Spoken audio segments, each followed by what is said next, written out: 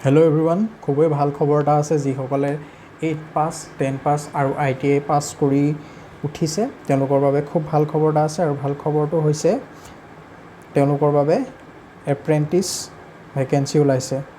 আৰু সেই এপ্ৰেণ্টিছ ভেকেঞ্চিটো আহিছে Mazagaon doc ship building limited. তাৰ ফালৰ পৰা 425টা পোষ্টত ভেকেঞ্চি আহিছে আৰু 3টা গ্ৰুপত সেই ভেকেঞ্চিসমূহ বিভক্ত কৰা হৈছে। প্ৰথম গ্ৰুপ হৈছে গ্ৰুপ A, যিসকলে ক্লাছ 10 পাছ কৰিছে তেওঁলোকৰ বাবে। আৰু এয়া দেখিছে ড্ৰাফ্টমেন, মেকানিকেল, ইলেক্ট্ৰিচিয়ান, ফিটাৰ এইসমূহ ট্ৰেডত তেওঁলোকে কৰিব পাৰিব। 2 বছৰীয়া হয়, ট্ৰেইনিং পিৰিয়ড 2 years। এয়া দেখিছে আৰু ষ্টাইপেণ্ড দিয়া আছে 6,000 3,000 এয়া দিয়া আছে ষ্টাইপেণ্ড দেখিছে। আৰু এজ লিমিট হৈছে 19 বছৰ। তাৰ নেক্সট গ্ৰুপটো হৈছে গ্ৰুপ B, আৰু যিসকলে ITI পাছ কৰিছে তেওঁলোকৰ বাবে। আৰু এইসমূহ ট্ৰেডত আছে ৱেল্ডাৰ, কপা, ফিটাৰ, ইলেক্ট্ৰিচিয়ান। আৰু তেওঁলোকৰ ষ্টাইপেণ্ড হৈছে এয়া দেখিছে 8,050 টকা আৰু 7,700 টকা। আৰু 1 বছৰীয়া ট্ৰেইনিং হয়। আৰু এজ লিমিট হৈছে 21 years, মানে 21 বছৰ। আৰু থাৰ্ড গ্ৰুপটো হৈছে গ্ৰুপ C, ক্লাছ 8 পাছ কৰাসকলৰ বাবে। এয়া দেখিছে 2টা ট্ৰেড আছে, ৰিগাৰ আৰু ৱেল্ডাৰ। আৰু তেওঁলোকৰ এই ষ্টাইপেণ্ড দেখিছে 5,000 5,500। আৰু তেওঁলোকৰ এজ হ'ব লাগিব 18 বছৰ।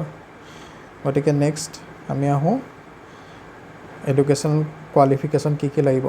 গতিকে গ্ৰুপ A সকলৰ বাবে এয়া দেখিছে এডুকেশ্যন কোৱালিফিকেশ্যন হ'ব লাগিব SSC পাছ, মানে মেট্ৰিকুলেশ্যন পাছ, ক্লাছ 10 পাছ, 50% মাৰ্কছ থাকিব লাগিব।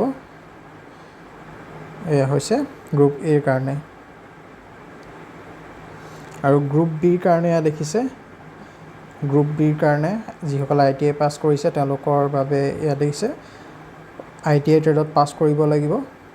এইসমূহ ট্ৰেডত মানে ITI চাৰ্টিফিকেট থাকিব লাগিব, লগতে তেওঁলোকে ক্লাছ 10 পাছ হ'ব লাগিব। আৰু ইয়াত দিছে যে এপ্লিকেশ্যন যিসকলে এপিয়াৰিং ফাইনেল এক্সামত এপিয়াৰ হ'ব তেওঁলোকৰ বাবে এপ্লাই কৰিব নোৱাৰিব, তেওঁলোকে এই পষ্টৰ বাবে এপ্লাই কৰিব নোৱাৰিব। আৰু গ্ৰুপ Cৰ ক্লাছ 8 পাছ কৰাসকলৰ বাবে। আৰু তেওঁলোকৰ এডুকেশ্যনেল কোৱালিফিকেশ্যন হৈছে ক্লাছ 8 পাছ, লগতে মেথছ আৰু ছায়েন্স থাকিব লাগিব, আৰু 50% এগ্ৰিগেট থাকিব লাগিব। গতিকে এয়া আছিল কোৱালিফিকেশ্যন, এডুকেশ্যনেল কোৱালিফিকেশ্যন। তাৰপিছত আমি আহোঁ চিলেকশ্যন প্ৰচেছ। এইসকল দিয়া আছে।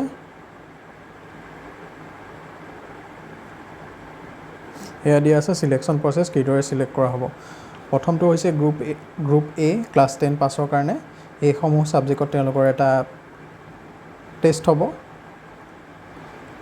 Physics, chemistry, mathematics. এইসমূহ মাৰ্ক দিয়া আছে, 100 মাৰ্কৰ এটা টেষ্ট হ'ব। আৰু গ্ৰুপ B সকলৰ বাবে ITI পাছ যিসকল তেওঁলোকৰ বাবেও আছে, এইসমূহ ছাবজেক্টৰ ওপৰত তেওঁলোকৰ এটা টেষ্ট হ'ব। আৰু গ্ৰুপ C সকলৰ বাবেও এইসমূহ দিয়া আছে, ফিজিক্স, কেমেষ্ট্ৰি, মেথমেটিক্স, 100 মাৰ্কৰ এটা টেষ্ট হ'ব। আৰু এইসমূহ হৈছে এক্সামিনেশ্যন চেণ্টাৰ, য'ত তেওঁলোকে এই অনলাইন এক্সামটো দিব পাৰিব।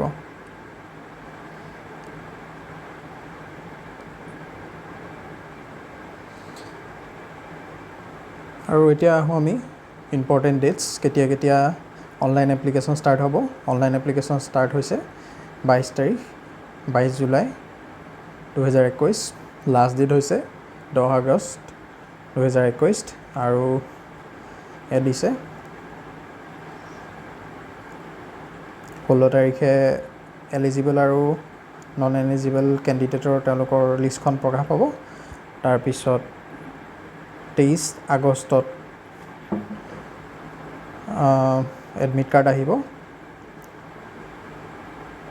তাৰপিছত 4 আগষ্ট বুলি দিছে, অনলাইন এক্সামটো হয়তো পিছত ডেট ডিক্লেয়াৰ কৰিব তেওঁলোকে 4 অফ আগষ্ট বুলি এতিয়া বৰ্তমানলৈকে দিছে হয়তো পিছত ডেট ডিক্লেয়াৰ কৰিব আৰু তেওঁলোকে এপ্লাই কৰিবলৈ হ'লে এই ৱেবছাইটটো ভিজিট কৰিব লাগিব